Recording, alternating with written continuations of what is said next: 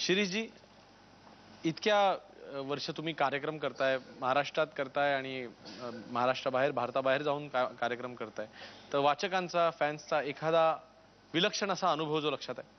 एवढ्या ठिकाणी फिरलोय मी दोन सांगतो वेळ असेल तर, नाही तर एक सांगतो. मी एका देशात गेलो होतो, नाव घेत नाही, एका देशात गेलो होतो. तिथं माझ्या सन्मानार्थ त्यांनी पार्टी ठेवली होती. दारू दुथड्या भरून वाहत होती. दारू न पिणाऱ्या माणसासाठी त्यांनी दारूची पार्टी ठेवली होती. आणि त्यांचा जो अध्यक्ष होता तो तरंगत तरंगत माझ्याकडे आला. हा. आणि त्यांनी मला विचारलं, मला तुम्हाला एक प्रश्न विचारायचा. बोला. मी नट नाहीये त्यामुळे मी तेवढं दाखवू शकणार नाही, पण ही लता मंगेशकर आहे ना, लता मंगेशकर. म्हटलं हो. तुम्ही काय तिला गायिका समजता? मला काही कळेल हो, काय उत्तर काय द्यावं. म्हटलं नाही हो, काय प्रॉब्लेम आहे की रेडिओवर अनाउन्समेंट येते बघा की आप सुनिये लता मंगेशकर को, मग गाणं लागतं, ते एक बाई गाते, म्हणजे ती गायिका झाली ना की नाही. ह्याच्यावर ते म्हणले बर ठीक आहे.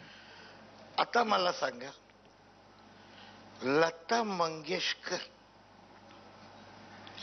ही स्वतःला गायिका समजते?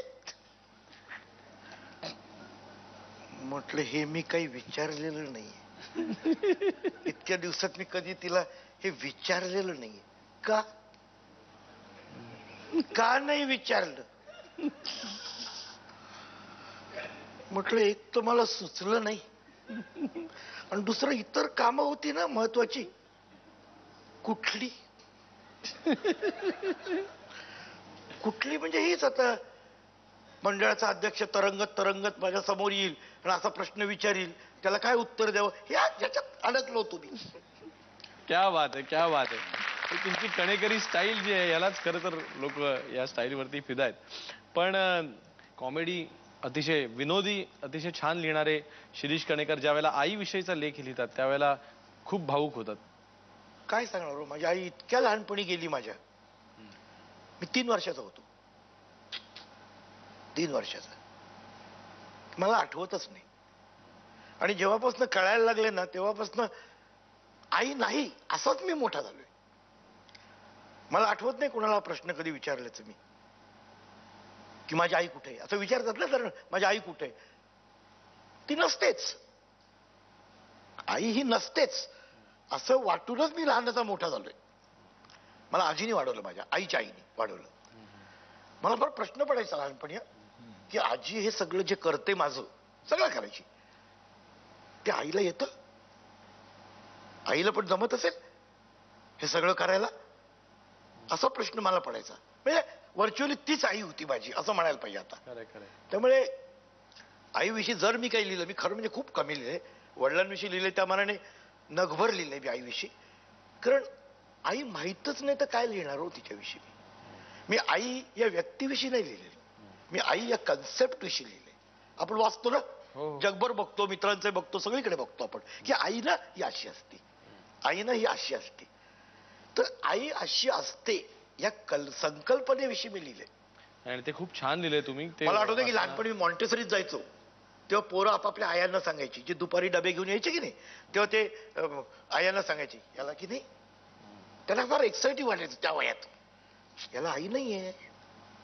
हो, त्या बायका म्हणायच्या, त्यांचे डोळे बिचाऱ्यांचे गढूळ व्हायचे, एवढंच पोरग त्याला आई नाहीये. हो, त्यालाही डब्यातलं देत जा एकटा बिचारा, कारण आई नाही म्हणजे ह्याला काहीच नाही, याला डब्यात खायलाही मिळत नसेल असं आपलं गृहीत धरायचं. वास्तविक तसं काही नव्हतं, पण याला कोणतरी द्या. आणि मला ते फार आवडायचं. काय रिॲक्शन असते बघा त्या वयात, अटेन्शन. लहान मुलाला अटेन्शन लागतं ना. सगळ्या बायका आपल्याकडे बघतायत, सगळी मुलं आपल्याकडे बोट दाखवत आहेत, मी कोणतरी महत्वाचं झालोय, आय एम समबडी. ही भावना त्या काळी माझी व्हायची. प्रश्नच आहे तुमचं. म्हणून तर आईबद्दलचं लिखाण वाचताना आम्हाला खूप भावूक व्हायला होतं. रामदासजी, तुम्ही ज्यावेळेला पहिल्यांदा मंत्री झाला त्यावेळेला आईची काय रिॲक्शन होती तुमच्या? नाही, त्यावेळेला आईची रिॲक्शन अशी होती की आई म्हणाली की रामदास तू मंत्री झालेला आहे, चांगली गोष्ट आहे, पण महागाई कमी करण्यासाठी तू काय करणार आहेस की नाही? वा. म्हणजे महागाई कमी झाली पाहिजे असं आई त्यावेळेला म्हणाली होती. आता माझ्या आईच्या बद्दल सांगायचं असेल तर आपण 3 वर्षाचे असताना तुमची आई वारली, पण मी 6 महिन्याचा असताना माझे वडील वारले. बापरे. आणि माझी आई मला फक्त सांभाळत ती आम्ही तो दोघे जण राहिलो.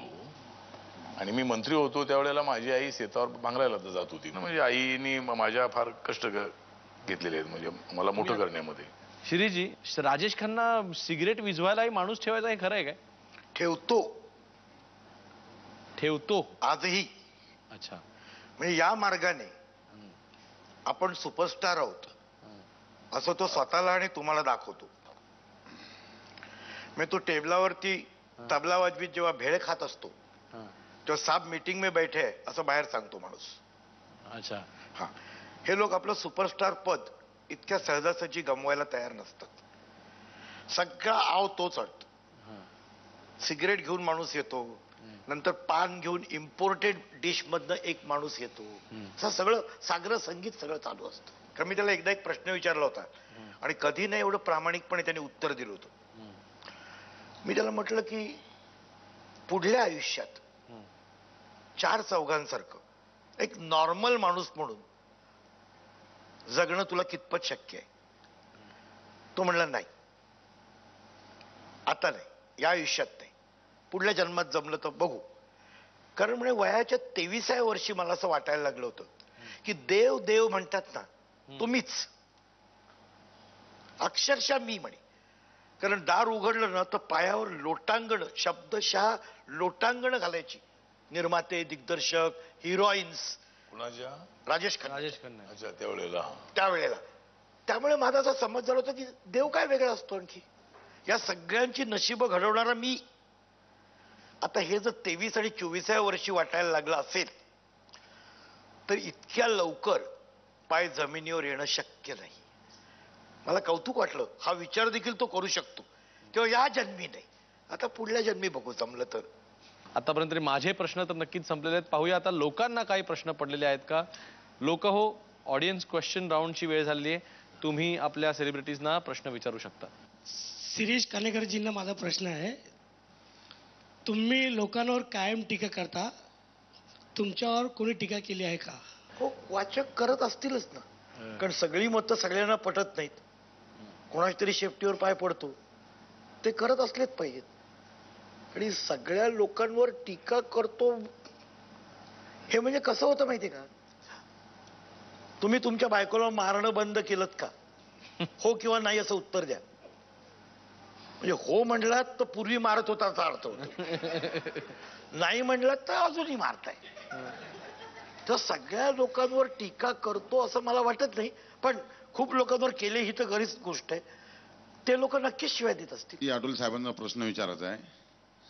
राज ठाकरे तुमची नक्कल करते, तर तुम्ही राज ठाकरेंची नक्कल कशी करणार?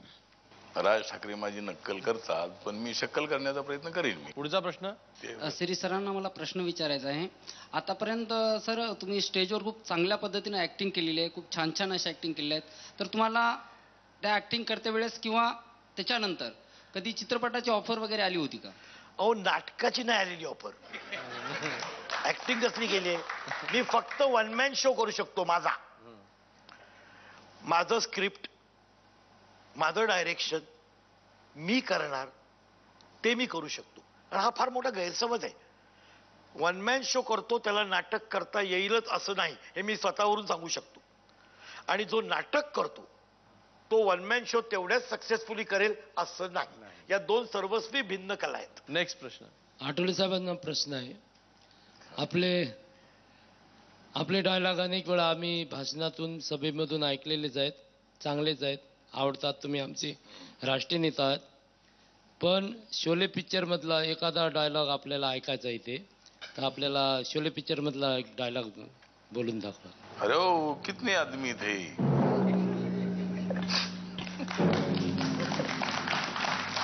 अरे कितने आदमी थे कालिया, सरदार 2 आदमी थे. 2 आदमी. सुअर के बच्चों,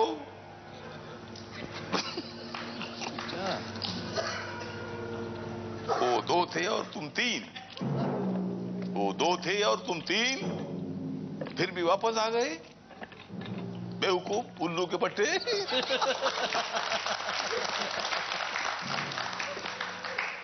खाली हाथ क्या समझा कर आए थे?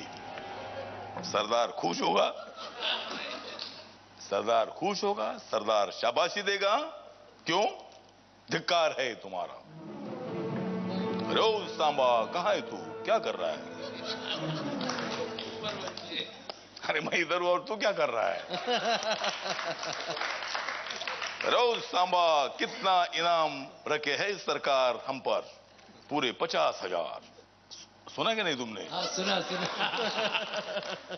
और ये इनाम इसलिए है कि यहाँ ये 50 कोस दूर गांव भी जब बच्चा रोता है तो माँ कहती है बेटा सो जा। माँ कहती है बच्चा बेटा सो जा, सो जा नहीं तो गब्बर सिंह आ जाएगा। सो जा नहीं तो गब्बर सिंह आ जाएगा और तुम्हारे अभी सत्यानाश करेगा।